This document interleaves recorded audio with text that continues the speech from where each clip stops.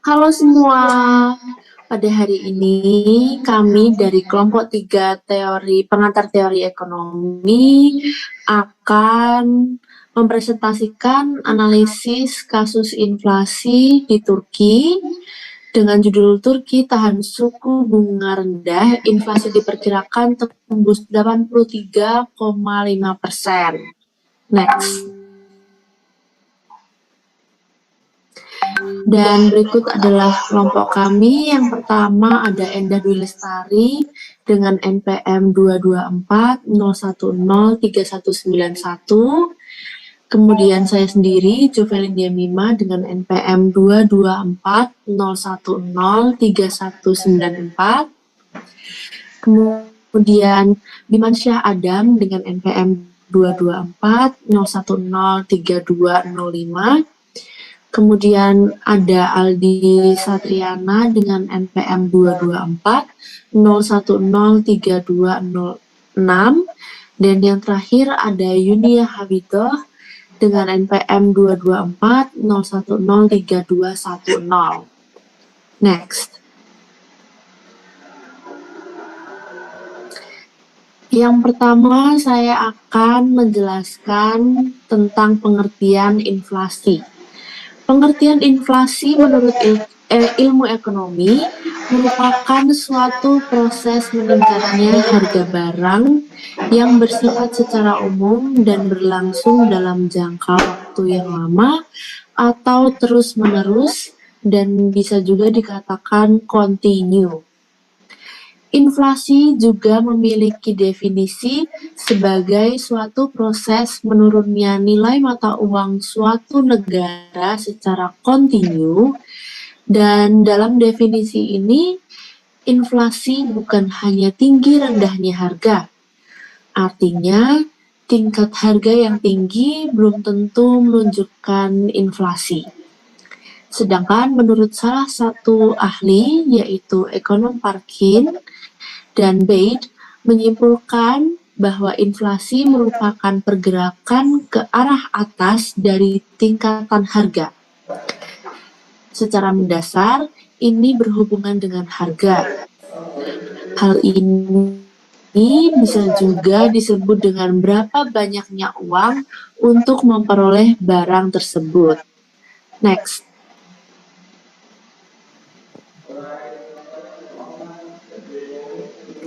Dan berikut merupakan sumber berita yang kelompok kami ambil. Kami ambil dari Merdeka.com dengan judul Turki tahan suku bunga rendah, inflasi diperkirakan tembus 83,5%. Next.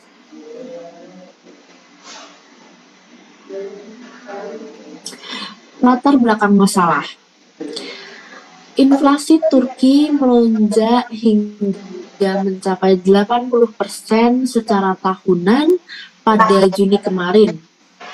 Lonjakan itu merupakan yang tertinggi dalam 2 dekade terakhir. Harga konsumen negara itu naik 78,6% dibanding periode yang sama tahun lalu. Hal tersebut didorong oleh melonjaknya harga makanan, minuman, serta transportasi. Menurut data dari Institut Statistik Turki, harga makanan di Turki melonjak hampir 2 kali lipat dalam setahun. Sementara, biaya transportasi naik 123%. Ekonomi Turki terdampak oleh ketidakpastian global seperti halnya negara-negara lain.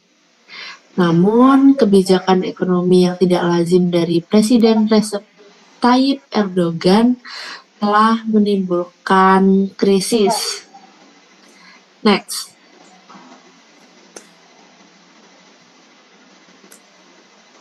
Oke, sedikit informasi. Recep Tayyip Erdogan adalah seorang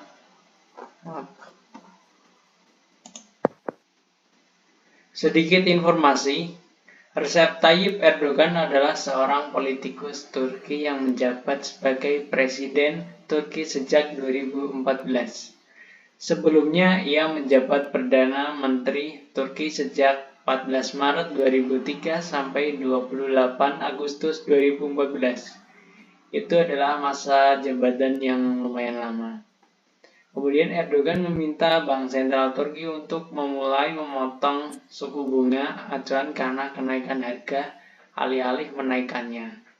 Padahal saat itu banyak bank sentral utama dunia meningkatkan biaya pinjaman untuk meredakan permintaan dalam upaya untuk menjinakkan inflasi. Turki melakukan hal yang sebaliknya. Suku bunga acuan direndahkan atau ditetapkan di 14% sejak Desember 2022. Apa itu suku bunga rendah? Suku bunga rendah adalah kondisi di mana beban yang harus dibayarkan saat mengajukan pinjaman ke bank jadi lebih rendah. Pada kondisi ini, biasanya akan terjadi peningkatan pengajuan pinjaman dari konsumen atau nasabah. Untuk mendapatkan tingkat beban yang lebih ringan sehingga lebih menguntungkan bagi nasabah. Di saat suku bunga rendah, orang lebih berani untuk berinvestasi menggunakan instrumen investasi yang lebih resiko sesuai dengan prinsip high risk, high return. Selain itu, mereka juga lebih berani untuk memulai bisnis. Oleh karena itu, dampak suku bunga yang rendah terhadap pasar modal pun biasanya positif. Dampak penurunan suku bunga rendah itu meliputi beberapa dari kita, seperti yang pertama, insentif dari menabung berkurang. Maksudnya itu kebalikan dari suku bunga tinggi. Saat suku bunga menurun, maka insentif yang didapat dari menabung di bank jumlahnya akan lebih rendah. Oleh karena itu, banyak konsumen yang lebih memilih untuk meningkatkan konsumsi atau berinvestasi daripada menahan uang tetap di akun tabungan mereka di bank. Yang kedua, ada beban utang lebih rendah.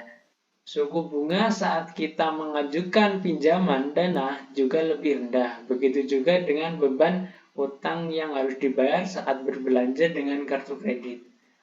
Oleh karena itu, biasanya konsumen tertarik untuk mengajukan dana utang karena biayanya yang lebih relatif ringan.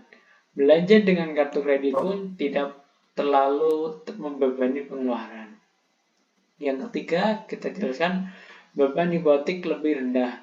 Beban hipotek ikut menurun, akibatnya orang-orang yang berani mengajukan pinjaman dengan properti sebagai jaminannya, seperti rumah, tanah, dan lain-lain barang harta yang nasabah miliki. Terus berefek pada harga aset meningkat. Suku bunga yang rendah meningkatkan rasa percaya diri konsumen nasabah untuk membeli properti. Biasanya ini berakibat pada meningkatnya harga properti seperti rumah, tanah, dan sebagainya. Meski begitu, karena suku bunga rendah dan lebih mudah untuk mengajukan pinjaman, pembelian properti biasanya tetap meningkat. Yang terakhir, tingkat konsumsi masyarakat meningkat. Sama halnya dengan membeli properti, tingkat konsumsi masyarakat terhadap barang lainnya juga meningkat. Orang juga lebih percaya diri untuk berinvestasi, bahkan untuk instrumen yang beresiko tinggi sekalipun. Pelaku usaha juga lebih yakin untuk memulai maupun mengembangkan usaha mereka. Ini akan berpengaruh ke pertumbuhan ekonomi negara secara keseluruhan. Oke. Di sini saya tampilkan statistika inflasi Turki pada tahun 2022. Yang pertama yaitu pada bulan Januari sampai April kuartal 1.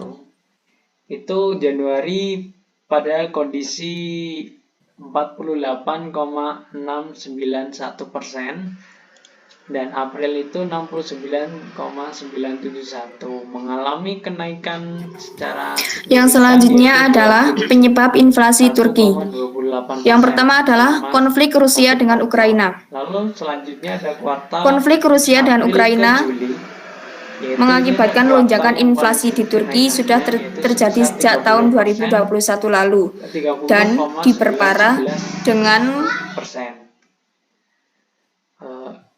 Yang terjadi pada bulan Juli yaitu persentasenya 79,602%. Dan pada bulan Juli ke Oktober kuartal 3 itu kenaikan sangat sedikit alias sudah dapat diatasi oleh pemerintah Turki, yaitu sebesar selisihnya itu 5,908%. Dengan pada bulan Oktober yaitu persentase akhir 85,51%. Selanjutnya,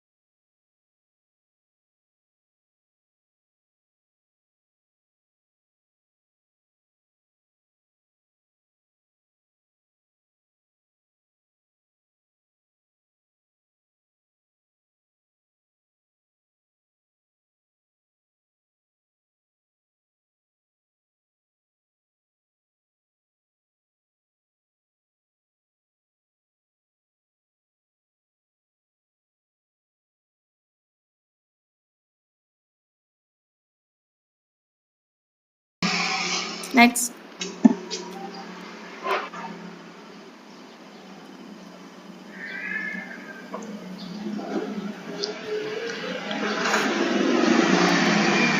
Yang selanjutnya adalah akibat dari inflasi Turki. Yang pertama adalah mata uang Turki atau yang bisa kita sebut dengan lira menurun. Hal itu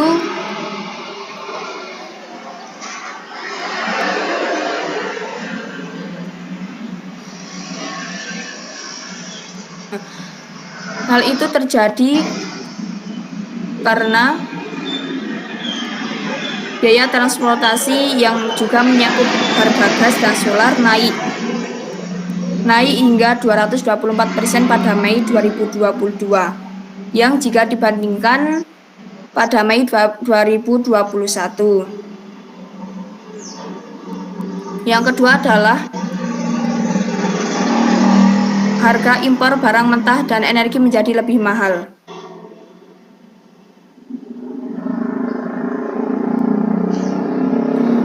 Karena Turki memenuhi hampir semua kebutuhan energinya dengan impor, negara itu sangat terpukul dengan kenaikan harga minyak dan gas di pasaran dunia. Bersamaan dengan itu, harga makanan dan minuman non-alkohol juga naik hampir 2 kali lipat selama setahun terakhir. Yang ketiga adalah harga barang melonjak. Pada harga makanan dan minuman mencapai 91,6% pada Mei 2022. Akibatnya, banyak warga di Turki mengalami ketakutan eksistensial yang sangat nyata.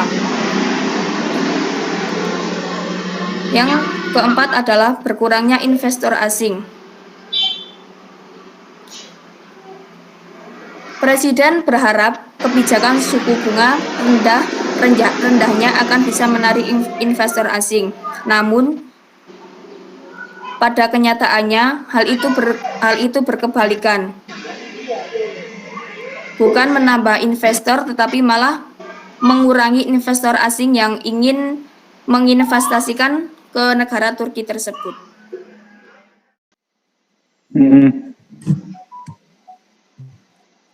Wis.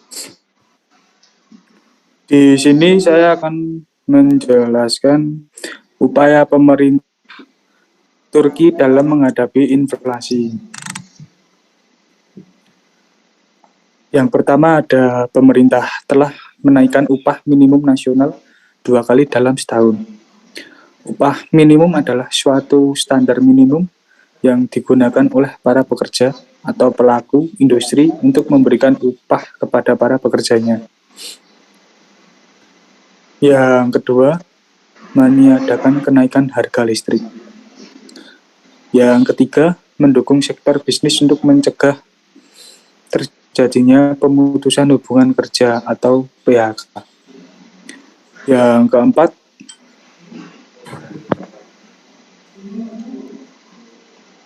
bank memberikan diskon 10% untuk pinjaman berbunga tinggi.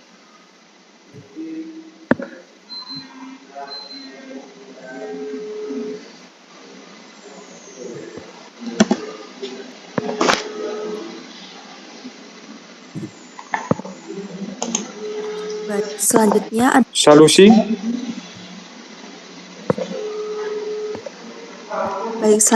adalah solusi menurut kelompok kami untuk meredam inflasi yang melonjak tinggi. Untuk meredam inflasi yang melonjak tinggi, seharusnya Bank Sentral menaikkan suku bunganya. Tetapi yang terjadi di negara Turki adalah sebaliknya. Suku bunga tetap dibiarkan rendah karena pemerintahan Erdogan yang menghendaknya. Suku bunga merupakan salah satu instrumen yang paling ampuh dalam meredam inflasi. Saat Bank Sentral menaikkan suku bunga acuan, maka suku bunga antar bank akan mengalami kenaikan. Suku bunga diberlakukan pada pinjaman. Oleh sebab itu, suku bunga memiliki peran penting dalam industri perbankan. Secara umum, tingkat suku bunga pinjaman ditentukan oleh Bank Sentral sebagai pemegang otoritas tertinggi pada dunia industri. Meski demikian, setiap bank umum secara khusus memiliki kewenangan untuk menentukan tingkat suku bunga pinjaman, tetapi tidak boleh lebih dari suku bunga yang telah ditetapkan oleh Bank Sentral. Ketika suku bunga naik, maka permintaan terhadap pinjamannya akan menurun. Ini dikarenakan masyarakatnya lebih memilih untuk menabung, sebab tingkat pengembalian dari tabungan akan jauh lebih tinggi.